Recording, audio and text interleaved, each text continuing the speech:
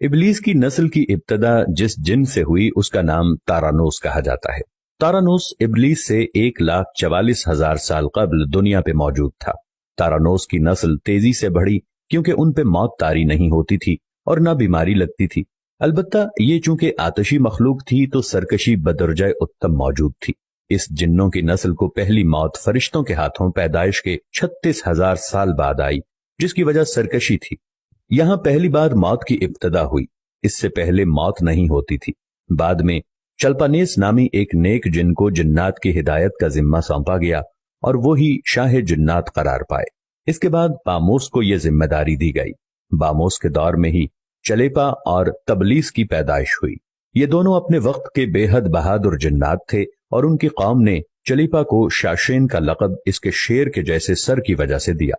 इन दोनों जिन्नात की वजह से सारी कौम कहने लग गई कि हमें उस वक्त तक कोई हरा नहीं सकता जब तक शाशेन और तबलीस हमारे दरमियान मौजूद हैं।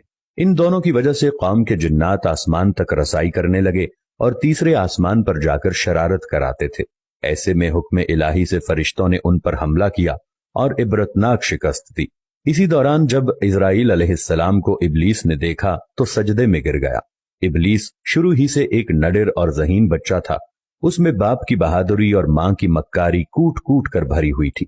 उसने मलाइका के साथ जाकर तौबा का बाकायदा ऐलान किया और फिर फरिश्तों से फैज़ इल्म हासिल करने लगा। इल्म हासिल करने और रियाजत का ये आलम था कि पहले आसमान पे आबिद, फिर दूसरे आसमान पे जाहिद, तीसरे आसमान पे बिलाल, चौथे आसमान पे वाली, पांचवें आसमान पे तकी और छठे आसमान पे कबाजान के नाम से मशहूर हुआ। ये वो वक्त था जब ये फरिश्तों को सिखाता था। सातवें आसमान पे इबलीस बुक़्क़ाए नूर में रहा। हफ्त अफलाक के सब मलाइका का मुअल्लिम करार दिया गया। यहां तक पहुंचकर इबलीस ने अपनी आजजी और रियाजत की इंतहा कर दी। कमोबेश इबलीस ने 14,000 साल अर्श का तवाफ किया। यहां उसने फरिश्तों में उस्ताद सरदार अजाजील के नाम से शोहरत पाई। कमोबेश 30,000 साल मुकर्रबीन फरिश्तों का उस्ताद रहा। इबलीस के दरसोबाज की मियाद कमोबेश 20,000 साल है। फरिश्तों के साथ क़याम की मुद्दत कमोबेश 80,000 साल है।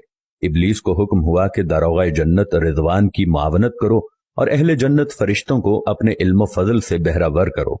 यूं इबलीस को जन्नत में दाखिले का परवाना मिल गया और जन्नत में भी अपने इल्म से दारोगा जन्नत रिजवान को सैराब किया और यूं जन्नत और रिजवान की कुंजियां इबलीस के पास रहीं। रिवायत के मुताबिक इबलीस 40,000 साल तक ये फर्ज खजानची अंजाम देता रहा। यही वो मकाम आला तरीन जन्नत रिजवान ही था जहां इबलीस ने पहली बार बादशाहत के ख्वाब देखने शुरू किए। उस वक्त इबलीस के पास हफ्त इक़लीम, अफलाक, जन्नत और दोज़ख सबका इख्तियार था और उसने चप्पे चप्पे पे सजदे किए थे। मगर यहाँ पे इबलीस आजिज़ी से पहली बार भटका और खुद को बादशाह बनाने और रब बन जाने के ख्वाब देखना शुरू किए। कई मलाइका के सामने रबूबियत की बात भी की, मगर मलाइका के इनकार के सबब चुप हो गया और यूं निजाम चलता रहा। मगर इस सब से अल्लाह ताला की जात बेखबर न थी। फिर आदम अलैहिस्सलाम की तख्लीक का मरहला आया जिसके कुरान मजीद में वाक़यात बयान हुए हैं। इबलीस आदम अलैहिस्सलाम को जुज जुज मरहलावार मुख्तलिफ अक़साम की मट्टी से तख्लीक होता देखता रहा और चुप रहा। मगर जैसे ही उसे ये मालूम हुआ कि ये आदम अलैहिस्सलाम अल्लाह ताला के नायब हैं तो उसने वावेला किया, इबादत और इताअत का वास्ता दिया। फिर तंज किया कि मुझ जितनी इबादत किसने की, और आदम अलैहिस्सलाम को सजदा करने से इनकारी हो गया। तब अल्लाह ताला ने कहा, निकल जा शैतान मरदूद। लानती करार पाने के बाद इबलीस ने अपनी इबादत और रियाजत का रब्बे करीम से एवज मांगा, जिस पर अल्लाह ताला ने इबलीस को एक वक्त मालूम तक मोहलत फराहम की, जिस पर इबलीस ने औलाद आदम को सिराते मुस्तकीम से भटकाकर अपना पैरोकार बनाने का दावा किया, जिस पर रब्बे करीम ने फरमाया कि जो मुत्तकी और परहेजगार होंगे तो उनको गुमराह तू नहीं कर पाएगा। इबलीस के इस लानती काम में उसके 5 साथी हैं। नंबर 1, सबर।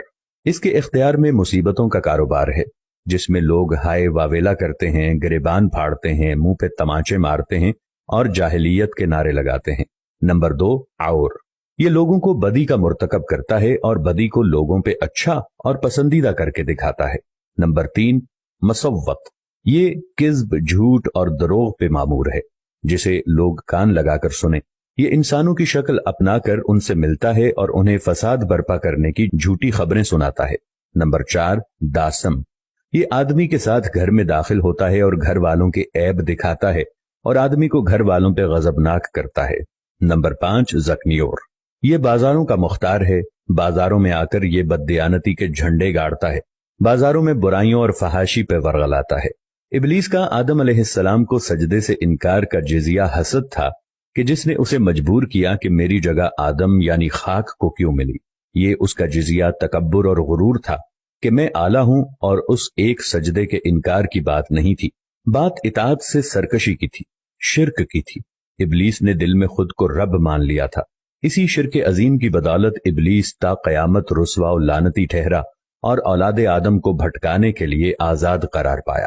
حاصل نتیجہ یہ ٹھہرا کہ رب کریم کو انسان کی عبادات، عاجزی، علم و دانش سے کچھ غرض نہیں ہے۔